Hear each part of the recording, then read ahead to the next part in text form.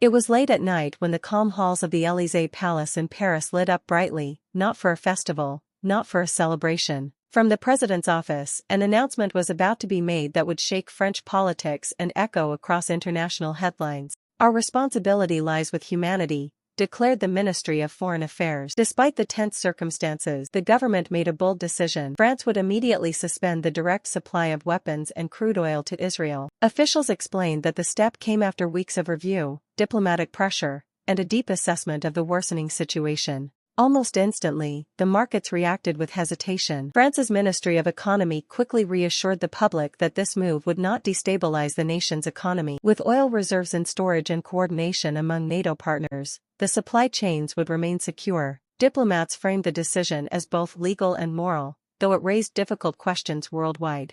In Tel Aviv, a heavy silence spread. Ministers held back their reaction, waiting to coordinate a united response. Ties with France ran deep, from defense industries to trade agreements. A suspension of both arms and oil supplies was bound to leave a mark, both politically and economically. In a small Paris cafe, Sophie, a defense analyst, paused as she read the breaking news on her laptop. To her, this was more than a signal, it was a strategy. France had chosen to stand on the global stage with diplomacy first, and escalation last. "It's a risk," she whispered to herself, "but sometimes it's risks that open new paths." Within hours, international media outlets carried the story in bold headlines. Protest groups erupted in both Paris and Tel Aviv. For some, the move was a courageous stand for justice. For others, it was an act of betrayal against an ally.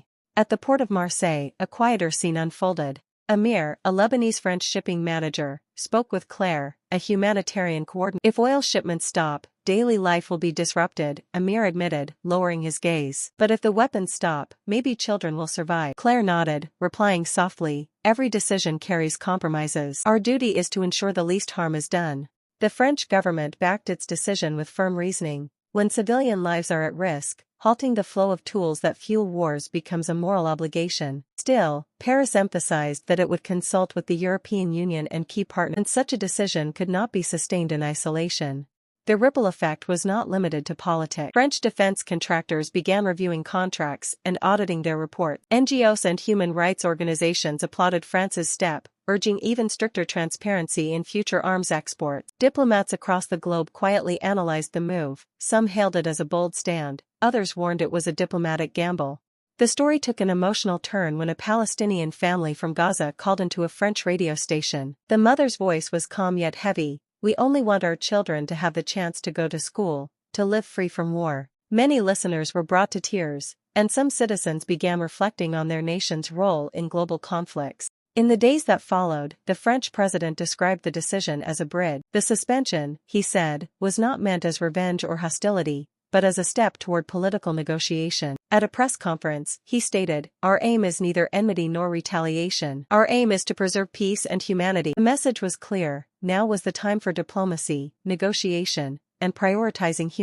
The results were not immediate. As history often shows, major changes take time. But in Paris, ordinary citizens began asking themselves new questions. Are government decisions made only on law and strategy, or can they also be guided by compassion? Whatever the long-term outcome, France's action proved one thing: when a nation speaks in the voice of its values, the world listens. And so the story did not end there. It was only the beginning of negotiations, protests, lawsuits, and endless debates in living rooms and parliament. Yet one truth remained bright that night: behind every decision are human beings, with fears, hopes, and intentions. And those human choices are what shape the destiny of nations.